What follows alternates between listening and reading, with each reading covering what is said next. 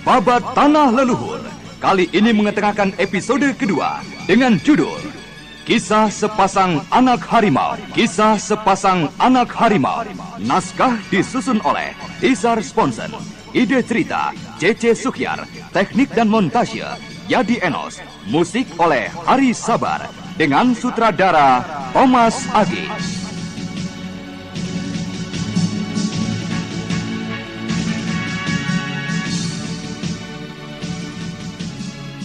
Dalam seri ke-39 ini didukung oleh Hari Akik sebagai Resi Wanayasa, Bahar Mario sebagai Raden Setakeling, Eli Ermawati sebagai Anting Wulan, Chris Urspon sebagai Saka Palwaguna, Bambang Ceger sebagai Dampu Awuk, Lilinur Indasari sebagai Mayang, Herman sebagai Mbah Jatis, dan pengantar cerita Lukman Tambose. Selamat menikmati.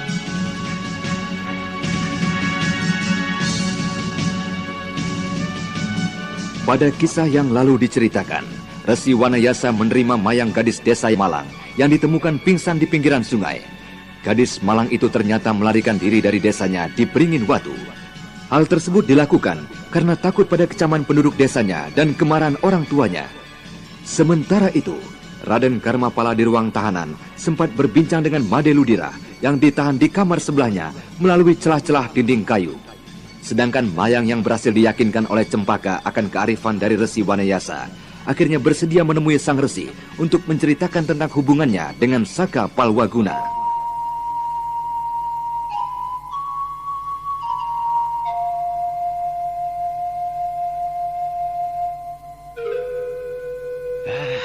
Ayo, duduklah Mayang. Kenapa kau berdiri saja di situ? Hah? Terima kasih, Eyang. Nah, ada apa Mayang? Hah?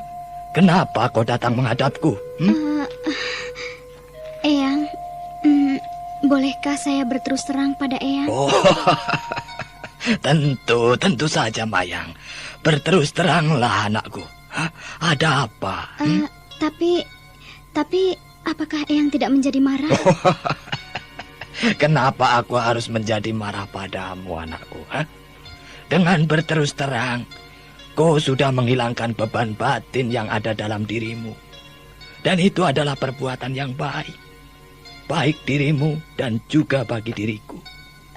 Tapi berita yang akan saya sampaikan ini mungkin akan mengejutkan dan membuat marah Eyang. Karena ini bukanlah suatu berita yang baik. Hal tersebut sudah terjadi, Mayang. Jika tidak kau sampaikan, kau akan selamanya memendam satu hal, yaitu kebohongan yang akan selalu mengusik dirimu. Akan tetapi, jika kau ceritakan padaku, aku akan menerima berita yang kau sampaikan dengan pasrah, sebagaimana satu keharusan. Akan tetapi, jika hal tersebut masih dapat kita hindarkan atau kita perbaiki, kita harus berusaha untuk menolak keadaan itu. Ayo, katakanlah anakku Mayang. Ada apa sebenarnya? Sesungguhnya lah Eyang, saya datang kemari sebenarnya hendak mencari Kakang Saka Palwaguna. Mencari anakku Saka? Iya. Untuk apa? Apakah Eyang benar-benar tidak akan marah pada saya dan juga pada Kakang Saka? Katakanlah anakku, apakah kedatanganmu kemari mencari anakku Saka ada hubungannya dengan kandunganmu? Sudah. Janganlah menangis anakku. Jika ada sesuatu masalah dengan anakku Saka, aku akan menyelesaikannya. Eyang sungguh-sungguh seorang yang sangat bijaksana. Tolonglah saya, Eyang. Tolonglah saya, Eyang, agar saya dapat kembali ke desa, bertemu dengan kedua orang tua saya. Iya, jadi benar. Kandunganmu itu ada hubungannya dengan Saka anakku. Jangan, Eyang. Janganlah Eyang memarahi Kakang Saka. Hal ini bukanlah hanya kesalahan Kakang Saka seorang, Tapi ini adalah kesalahan kami berdua. Iya. Lalu, sejak kapan kau mengenal Saka anakku? Hampir 6 bulan yang lalu, Eyang. Kakang Saka setiap memiliki waktu senggang selalu menghubungi saya di Beringin Watu. Oh iya. Dan kira-kira 4 bulan yang lalu, kami telah melakukannya, Eyang. Terlalu sekali anak itu. Benar-benar tidak kusangka, Saka. Eyang tidak boleh memarahi Kakang Saka. Iya. Sudahlah, Mayang. Kau tenanglah. Aku akan berusaha menyelesaikan masalah ini. Janganlah kau khawatir. Terima kasih, Eyang. Terima kasih banyak atas kebaikan Eyang Resi. Ya. Nah, sekarang kembalilah ke tempatmu. Lakukanlah dengan tenang semua tugas-tugasmu di sini. Iya, Eyang. Aku akan mengurus masalahmu secepatnya. Terima kasih, Eyang. Permisi.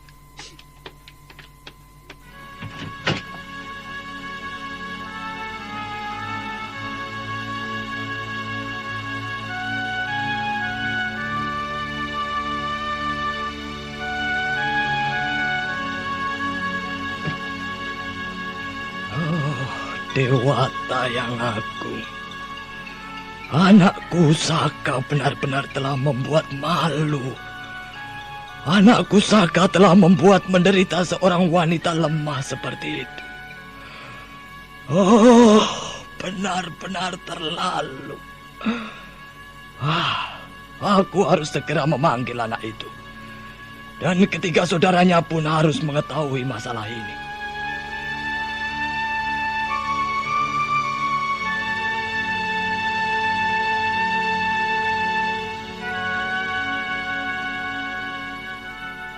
Ada apakah Kakang memanggilku? Jatis, Ya. Apakah kau sudah mengenal tamu kita yang baru saja itu tadi? Apakah yang Kakang maksudkan Mayang? Gadis desa yang ditemukan di pinggiran sungai? Iya, benar Jatis. Gadis itu baru saja datang menghadapku dan menceritakan masalahnya. Masalahnya? Apakah dia hendak meminta pertolongan pada padepokan kita? Bukan, Jatis. Tapi masalah gadis itu adalah langsung dengan padepokan kita. Dengan salah satu murid padepokan kita. Ada apakah sebenarnya dengan gadis itu, Kakang? Katakanlah. Jangan membuat aku jadi semakin penasaran. Saka, anakku, telah berhubungan dengan gadis itu. Dan kini gadis itu hamil. Kakang sungguh-sungguh? Saka telah melakukan itu? Benar-benar telah membuat malu anak itu. Kakang harus memberi hukuman padanya sebelum dia mempertanggungjawabkan secara langsung dengan gadis itu. Kakang harus memberi pelajaran pada anak itu, Kakang. Gadis, aku memanggilmu kemari adalah untuk bertukar pikiran dan meminta pendapatmu tentang masalah ini. Marilah kita bicarakan masalah ini dengan baik-baik. Apalagi yang harus kita bicarakan? Anak itu sudah bersalah dan dia harus mempertanggungjawabkan perbuatannya dan sekaligus menerima hukumannya, Kakang. Gadis, aku meragukan kebenaran berita itu. Meragukan? Aneh sekali, Kakang. Untuk apa wanita itu jauh-jauh datang kemari jika untuk berbohong? Dan alangkah hebatnya nyali seseorang yang berani datang berbohong kepada padepokan kita. Kakang dapat memanggil segera anak itu dan menanyakannya di sini. Iya. Sebenarnya sayang sekali. Anak itu sedang dalam tirakat. Kerjanya akan menjadi sia-sia jika kita ganggu dengan masalah ini. Lalu, apakah Kakang akan mendiamkan saja masalah ini? Kakang akan menghancurkan hati seorang wanita yang sedang dalam kekalutan seperti ini, Kakang? Iya. Baiklah, Jatis. Aku akan memanggil anak itu. Bahkan juga saudara-saudaranya yang mungkin juga mengetahui sedikit banyak tentang Saka Palwaguna. Jika demikian, biarlah aku yang memanggilnya, Kakang. Aku merasa penasaran sekali dengan sikap anak itu. Baiklah, Jatis. Tapi aku harap kau jangan membicarakan dulu masalah ini dengan anak itu. Biarlah nanti kita bicarakan bersama-sama di sini. Baiklah, Kakang.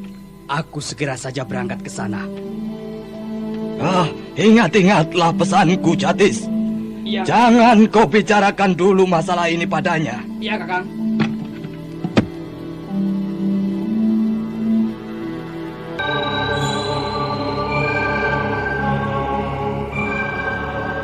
Mbah Jatis yang sejak lama memendam perasaan kurang senang dengan keempat pemuda anak angkat dari kakangnya Resi Wanayasa, segera berkobar kembali perasaan tak senangnya. Dengan mempergunakan aji kincir metu, salah seorang maha guru dari padepokan Gua Larang ini meluncur ke Bukit Batu Larang, tempat di mana keempat pemuda kelompok Ning Sewu mengadakan tirakat. Dan dalam waktu yang tak lama, Mbah Jatis telah tiba di sekitar Bukit Batu Larang, sebuah bukit batu yang banyak memiliki gua-gua besar maupun kecil.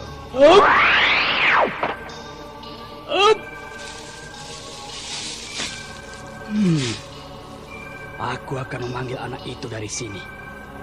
Aku tidak akan mencarinya ke setiap gua seperti kucing mencari tikus. Hoi! Saka, keluarlah kau! Yang Resi memanggilmu! Hoi! Saka! Seta! Awu! Anting! Keluarlah! Yang Resi memanggil kalian! Aku akan memberi pelajaran kepadamu, Saka. Hoi! Hoi! Seta! Oh, Paman Jatis. Kukira siapa yang berteriak-teriak di sini. Ada apakah, Paman? Nanti kau akan segera tahu.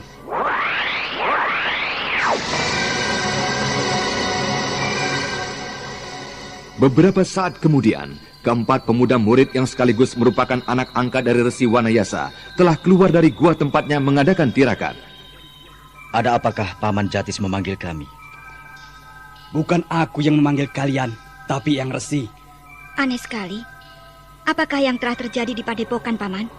Hingga Eyang Resi memanggil kami. Padahal Eyang Resi sendiri telah memberikan waktu sekitar 3 bulan pada kami. Nanti kau dapat tanyakan sendiri pada Eyang Resi. Kenapa memanggilmu?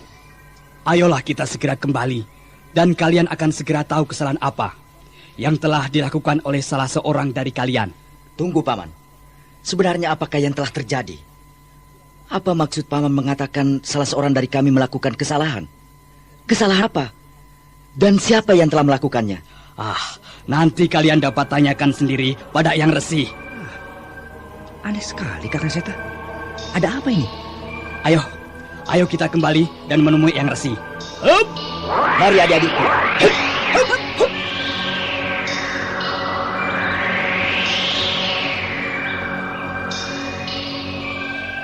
Setibanya mereka di bilik Eyang Resi, segera saja Anting Wulan dan Dampu Awuk yang paling tidak dapat menahan hatinya menanyakan perihal tersebut. Eyang, ada apakah Eyang memanggil kami sebelum tiba saat yang Eyang janjikan itu? Bukankah dengan demikian Eyang Resi sudah mengganggu Kakang Saka, Kakang Seta, dan Adi Wulan? Iya. Aku mengerti. Aku mengerti bahwa aku telah mengganggu kalian. Tapi aku terpaksa harus berbuat demikian. Karena ada sesuatu masalah penting yang akan kutanyakan dan kubicarakan pada kalian. Masalah apakah itu, Eyang? Masalah yang cukup memalukan perguruan kita. Jika sampai hal itu tersebar dan banyak diketahui banyak orang. Masalah apa itu, Eyang? Katakanlah, jangan membuat kami jadi penasaran. Masalah ini justru adalah masalahmu, Saka. Masalah saya, Eyang? Masalah apa itu? Oh, Eyang, semakin membuat saya menjadi semakin penasaran. Saka, akui saja perbuatanmu. Perbuatan yang memalukan yang sudah kau lakukan dengan gadis desa yang bernama Mayang. Ini ada apa? Masalah apa ini? Saya benar-benar tidak mengerti. Ada apakah sebenarnya, Eyang?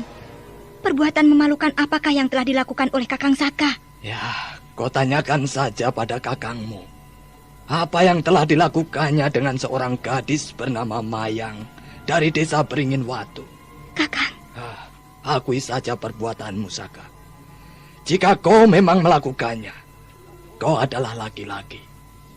Kau harus dapat mempertanggungjawabkan apa-apa yang telah kau lakukan. Kakang Saka, apa yang telah kau lakukan dengan gadis itu, Kakang? Ayo, katakanlah, Kakang. Eyang, aku benar-benar tidak mengerti dengan semua tuduhan-tuduhan ini. Aku benar-benar tidak mengerti dengan yang Eyang maksudkan. Saka, apakah kau berani bersumpah di depan sumber air suci bahwa kau tidak melakukan perbuatan hina dengan seorang gadis desa bernama Mayang? Percuma saja Kakang meminta sumpah dari seorang pemuda cabul seperti ini. Paman Jatis! Apa maksud Paman? Apakah hal seperti ini yang Eyang maksudkan? Baiklah. Jika kau memang tidak mengaku melakukan perbuatan itu. Tapi, kenalkah kau dengan wanita ini? Mayang, keluarlah. Kakang Saka. Siapakah itu, Kakang Saka? Siapakah kau ini? Aku tidak mengenalmu. Kakang Saka, jika kau memang tidak mau mengenalku, biarlah aku pergi. Akan tetapi, satu hal yang perlu kusampaikan padamu. Anak yang kukandung ini adalah anakmu. Anak kita, Kakang. Setan iblis! Siapa kau? Kau ingin membunuh gadis ini, Kakang? Tidak bisa! Adisaka, apa yang telah kau lakukan? Kenapa kau jadi segila ini? Kakang, aku benar-benar tidak tahu siapa wanita itu. Jika kau memang telah berbuat, akui saja, Saka. Dan kau harus bertanggung jawab pada gadis itu. Dan juga hukuman harus tetap diberikan padanya, Kakang. Aku tidak akan menghukumnya sebelum jelas terbukti anak itu bersalah, Jatis. Kita akan mencari saksi dalam masalah ini. Saksi? Ya, Kakang menghendaki saksi yang bagaimana? aku hanya menghendaki saksi yang mengenal Saka di sekitar desa Beringin Watu. Bukankah Mayang mengatakan Saka kerap atau sering mengunjunginya di desa Beringin Watu? Nah, jika demikian, paling tidak kedua orang tuanya dan orang-orang di sekitarnya mengenal Saka. Jika Kakang masih juga kurang percaya, baiklah. Aku akan mengantarkan anak itu ke Beringin Watu. Jangan. Kau tidak usah mengantarkan ke sana. Biarlah Seta Keling dan saudara-saudaranya saja yang mengantarkannya. Nah, Seta, dengarlah. Ya, Eyang. Kau akan aku tugaskan bersama-sama dengan Dampu dan Anting untuk mengantarkan Saka ke Beringin Watu dan menemui kedua orang tua Mayang. Dan di sana kau dapat membuktikan apakah memang banyak orang yang mengenal dan mengetahui adikmu Saka berhubungan dengan Mayang. Mengerti kau? Mengerti, Eyang. Kapan saya bisa segera berangkat, Eyang? Lebih cepat lebih baik. Aku ingin agar masalah adikmu segera selesai. Baik, Eyang. Besok pagi-pagi saya akan segera berangkat. Tidak perlu. Kau dapat berangkat sore ini juga. Sebelum tengah malam, aku kira kau akan dapat tiba di Beringin Watu. Baiklah, jika demikian, Eyang. Marilah, Adisaka. Kita segera berangkat.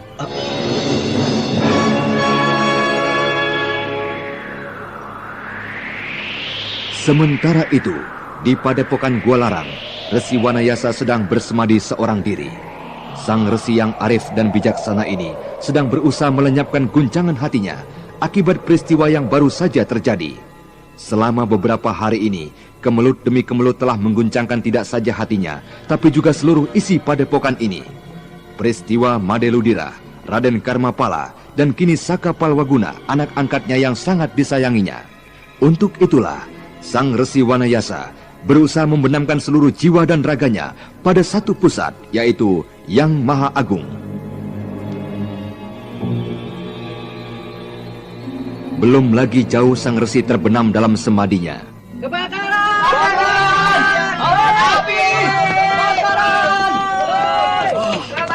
Suara apa itu? Sesuatu telah terjadi di padepokanku. Aku harus melihatnya. Oh, celaka. Kebakaran dapat terjadi di 2 tempat. Oh, pasti ada yang mengacau. Kakang! Ada musuh datang, Kakang! Hup!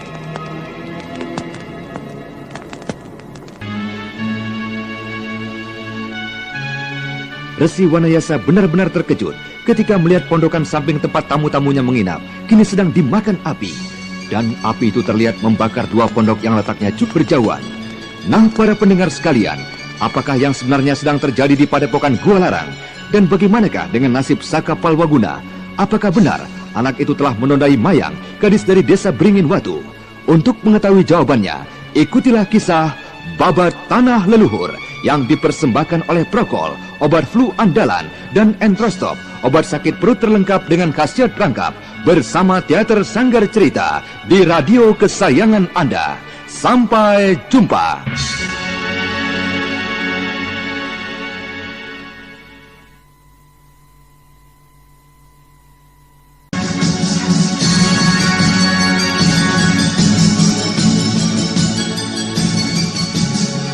Dalam seri ke-40 ini didukung oleh Ari Akik sebagai Resi Wanayasa, Rio sebagai Raden Purbaya, Yulia sebagai Cempaka, Tata Burhan sebagai Ki Sampar Angin, Iwan Dahlan sebagai Ki Prabangkara, Herman sebagai Jatis, Idris Apandi sebagai Ki Dandung, dan pengantar cerita Lukman Tambose.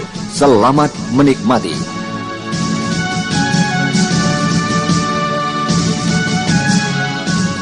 Pada kisah yang lalu diceritakan, Mayang akhirnya berterus terang bahwa ia telah hamil oleh Saka Palwaguna.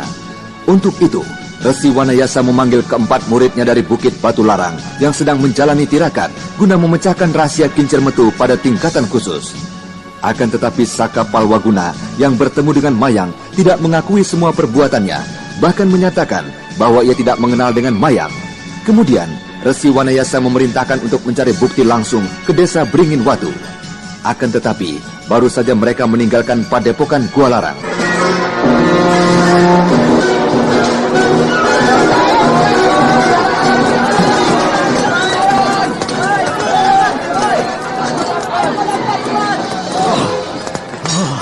Suara apa itu?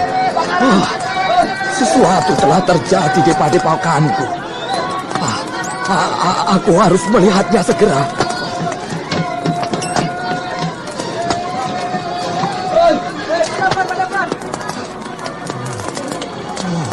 Celaka.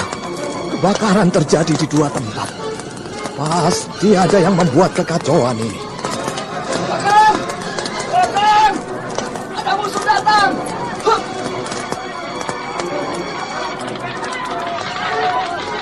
Sekelompok orang datang menyerang padepokan kita dari berbagai arah, Kakang.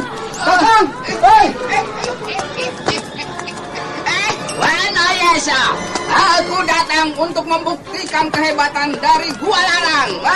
Kehebatan dari kincir metu kalian. Rupanya Sampar Angin yang mengunjungi padepokan kita, Jatis. Iya, Kakang. Sampar Angin dan banyak lagi kawan-kawannya, Kakang. Kakang Prabangkara, itulah orang yang kau cari. Wah, celaka. Ki Sampar Angin mengajak serta Prabangkara kakak seperguruannya. Jatis, Iya. kau hadapi Ki Sampar.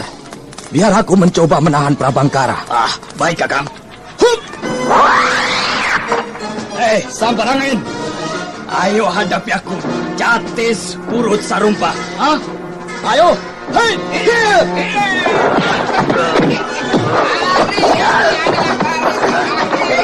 Padepokan Gua Larang.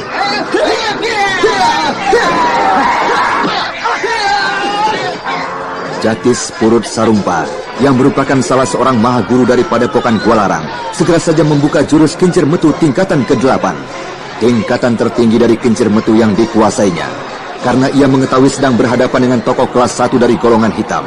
Sementara itu, Resi Wanayasa kini tengah berhadapan dengan Prabangkara, kakak seperguruan dari Ki Sampar Angin. Kasihan sekali nasibmu, Wanayasa. Kasihan sekali.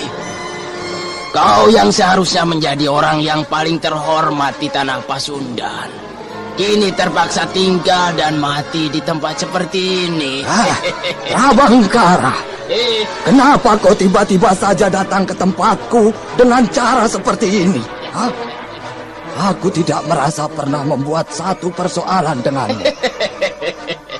Ya, memang kita tidak pernah mempunyai persoalan.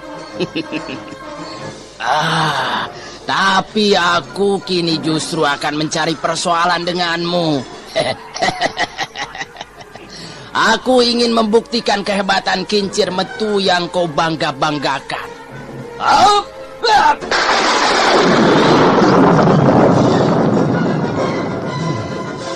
Lingkaran halilintar hitam. Ya, aku harus berhati-hati menghadapinya. Hup! Akan kulihat sampai di mana tenaga tuamu. Iya. Setan, dia masih dapat menahan seranganku. Benar-benar hebat setan tua ini, Hei, kau memang hebat, Wanayasa. Tapi sekarang kau hadapilah seranganku berikutnya.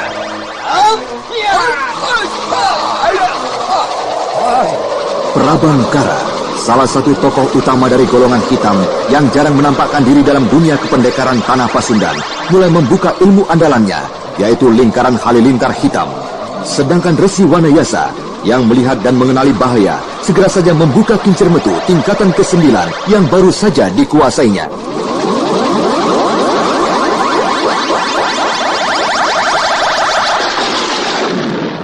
Setan, dia masih dapat menahan seranganku. Benar-benar hebat setan tua ini, Hei, kau memang hebat, Wanayasa. Tapi sekarang kau hadapilah seranganku berikutnya.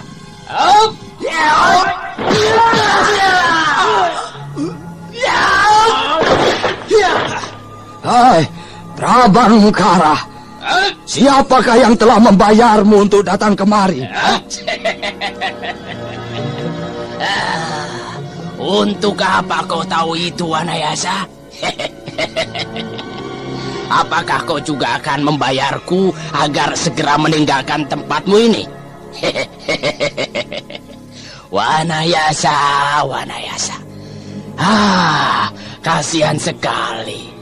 Seandainya saja kau tidak memiliki penyakit di selangkanganmu, tentu kau yang akan naik tahta.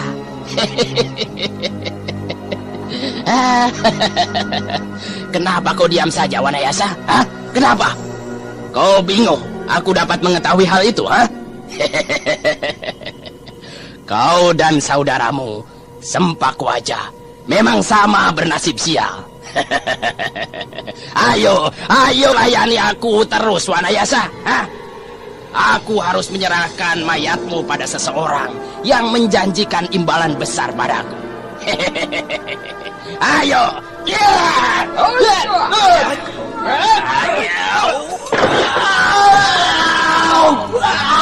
Pertempuran di Padepokan Gualarang kini menjadi semakin ramai. Seluruh murid dari Padepokan telah keluar dari pondokan mereka. Dan kemudian, baik secara berkelompok maupun perorangan, mereka bertempur dengan musuh yang menyerang Padepokannya. Sementara itu senja sudah mulai turun. Dari kelompok Ki Sampar Angin Dika Hanggara, Ki Dandung Amoksa, Pendeta Girindasana, dan muridnya Rakosa Pala mengamuk, membunuh para murid dari Gualarang. Dan di salah satu sudut pondokan, tampak Cempaka sedang berusaha menahan Raden Purbaya yang ingin melibatkan dirinya dalam pertempuran itu. Jangan, Raden. Belum saatnya. Raden tidak boleh ikut bertempur. Tapi, Bi, aku adalah murid dari Padepokan ini. Bagaimana mungkin aku berdiam diri melihat kakak-kakakku yang lain sedang menyabung nyawa? Oh, tidak. Jangan, Raden. Raden mempunyai banyak tanggung jawab yang lebih penting. Raden harus kembali merebut Karang Sedana. Oh, ingatlah pesan Ibunda Raden. Ibunda Raden mengharapkan banyak pada Raden. Oleh karena itu, Janganlah Raden putuskan harapan Ibunda Raden sampai di sini. Tapi, Bi, masakan aku harus melarikan diri sebagaimana seorang pengecut? Jangan, Raden. Keadaan saat ini sudah terlampau serius. Terlalu banyak musuh yang datang. Nah, itu Raden. Lihatlah, sampai-sampai Eyang Resi pun terpaksa turun tangan. Hamba kira sebaiknya kita segera meninggalkan tempat ini, Raden. Meninggalkan tempat ini? Lalu, kemanakah kita akan pergi, Bi? Kita ke Bukit Batu Larang, Den. Di sana banyak sekali terdapat gua-gua yang dapat kita gunakan sebagai tempat persembunyian. Ayolah, tapi Bi, ayo, Den. Jangan menunggu sampai keadaan jadi semakin parah. Sekarang, kita masih mempunyai harapan untuk melarikan diri. Ayo, kita keluar dari belakang sana.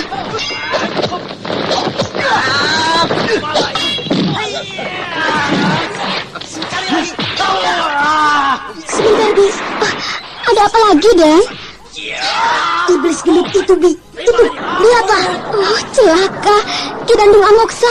Pasti dia datang kemari untuk mencari Raden. Aku tidak takut, Bi. Kali ini, aku akan menghadapi iblis gendut itu. Oh, jangan, Den. Jangan. Jangan lakukan itu. Oh, Raden akan kembali ditangkap oleh Ki Dandung. Dan kita akan diserahkan pada Ki Sentana yang pasti menyuruhnya. Ayo, ayo sembunyi, Den.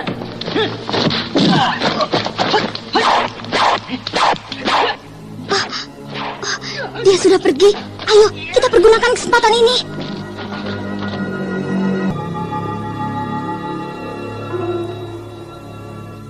Stop!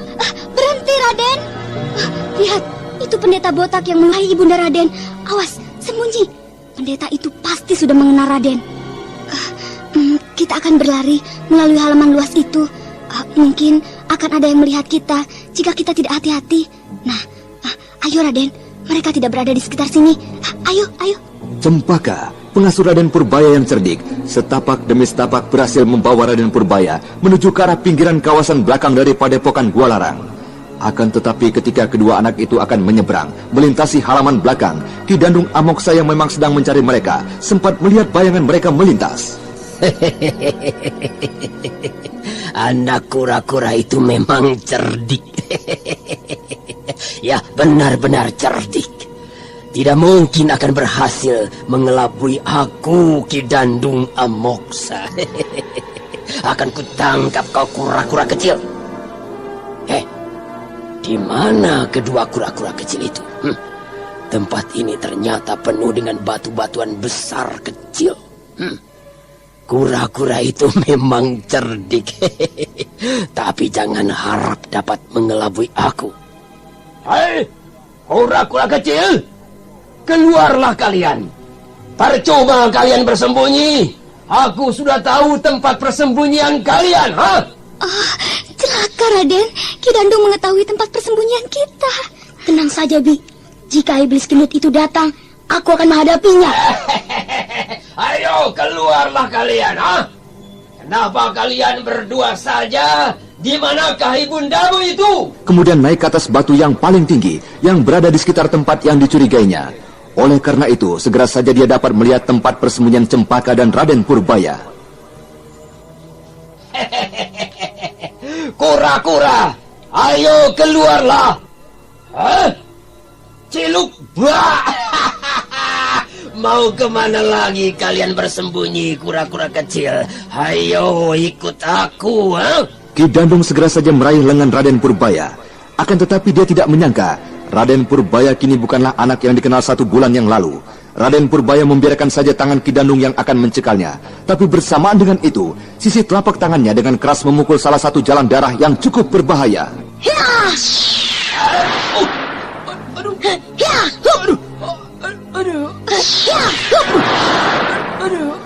Ayo, ayo Raden, cepat pergunakan kesempatan ini. Lari, Raden. Tunggu, Bi. Aku akan membunuh iblis kejam ini dulu. Sudah, Raden. Pergunakan kesempatan ini sebelum kawannya yang lain tiba. Tapi, Bi, iblis ini... Sudah, Raden. Ayo, ayo cepat. Baiklah, Bi.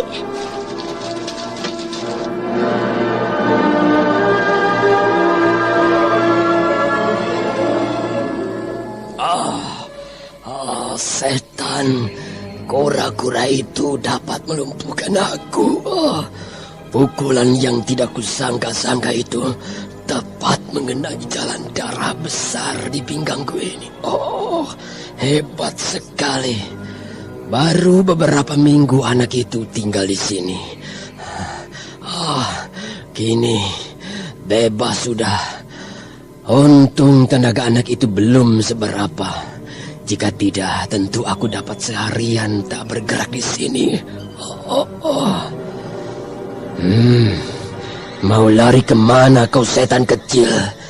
Aku pasti akan menangkapmu dan memberi hajaran padamu.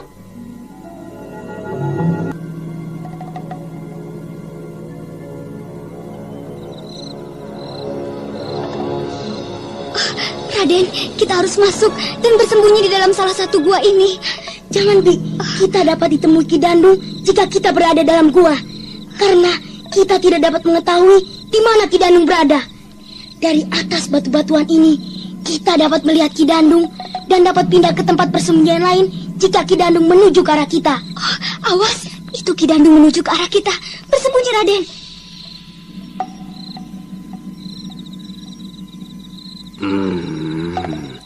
Mungkin pertempuran di padepokan ini sudah selesai dan mereka tentu kini sedang mencari-cariku. Aku harus memberi tanda pada guru agar dia tidak menjadi cemas.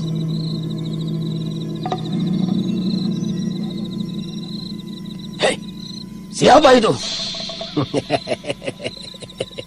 Kaukah kura-kura kecil? Ayo keluarlah, kau tidak akan kusakiti. Gua-gua ini bertebaran di atas dan bawah bukit batu. Coba aku lihat di bawah sana. Ki Dandung ada di bawah kita, Bi. Aku akan menjatuhkan batu ini tepat di atas kepalanya. Jangan, Raden. Seandainya Raden tidak dapat mengenainya, tentu tempat persembunyian kita akan dapat diketahui. Tenanglah, Bi. Aku akan mencobanya. Nah, itu dia. Aku akan melemparnya.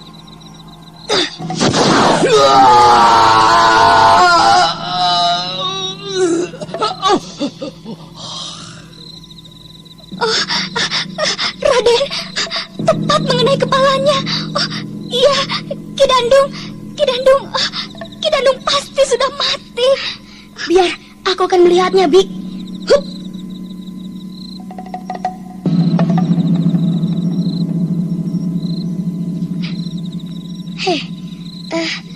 Dia tidak bergerak. Matikah dia? Ki Dandung? Bagaimana, Den? Matikah Ki Dandung? Coba aku balik tubuhnya, Bi. Bi. Kepalanya hancur. Ayo, kita tinggalkan tempat ini cepat, Den. Tapi, Bi, Ki Dandung. Biarkan saja orang itu, Den. Bukankah Raden memang ingin membalaskan sakit hati Ibunda Raden? Ki Dandung sudah banyak menyusahkan kita. Ayolah, kita pergi.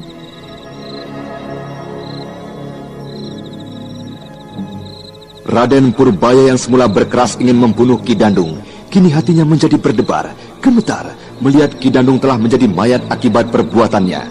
Sementara itu, di padepokan Gua Larang, Ki Sampar Angin bersama dengan kawan-kawannya berhasil membunuh banyak murid-murid padepokan Gua Larang. Akan tetapi, Resi Wanayasa sendiri berhasil mendesak Prabangkara dengan kincir metunya.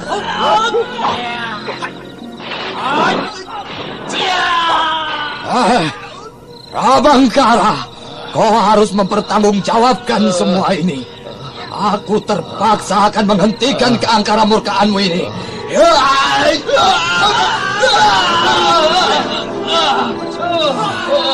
Kau sudah terlampau banyak menyusahkan orang.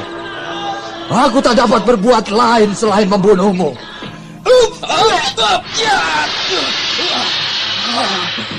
Kau kira aku sudah kalah? Aku belum menyerah, Wanayasa. Hei, ini kau rasakanlah keris apiku ini. Baiklah, aku akan melayanimu juga dengan senjata, agar kau pun menjadi puas. Ketika kedua tokoh angkatan tua itu sudah siap untuk memulai kembali pertarungannya, tiba-tiba sebuah benda meluncur dan jatuh menancap di tengah-tengah mereka. Oh, si Jerangkong hidup.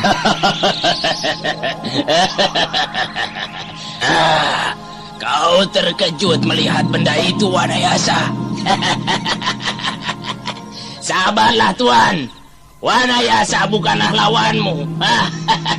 Serahkan saja dia untukku. Maaf, Tuan. Baiklah, silahkan Tuan hadapi si Wanayasa itu. Ternyata si Jerangkong hidup masih berumur panjang. Hancurlah kini dunia kependekaran. Tokoh angkara murka ini tak akan ada yang sanggup menghadapi. Ibu. Kehadiran besi pipih berbentuk kelelawar semakin membuat Resi Wanayasa yakin bahwa si Jerangkong hidup, tokoh misterius yang pernah malang melintang sekitar 20 tahun yang lalu, kini telah kembali lagi. Nah, para pendengar sekalian, apakah yang akan terjadi dengan Resi Wanayasa? Apakah ia sanggup menghadapi si Jerangkong hidup?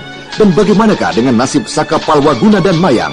Untuk mengetahui jawabannya, ikutilah kisah Babat Tanah Leluhur yang dipersembahkan oleh Prokol, obat flu andalan, dan Entrostop, obat sakit perut terlengkap dengan khasiat rangkap, bersama Teater Sanggar Cerita di radio kesayangan Anda. Sampai jumpa.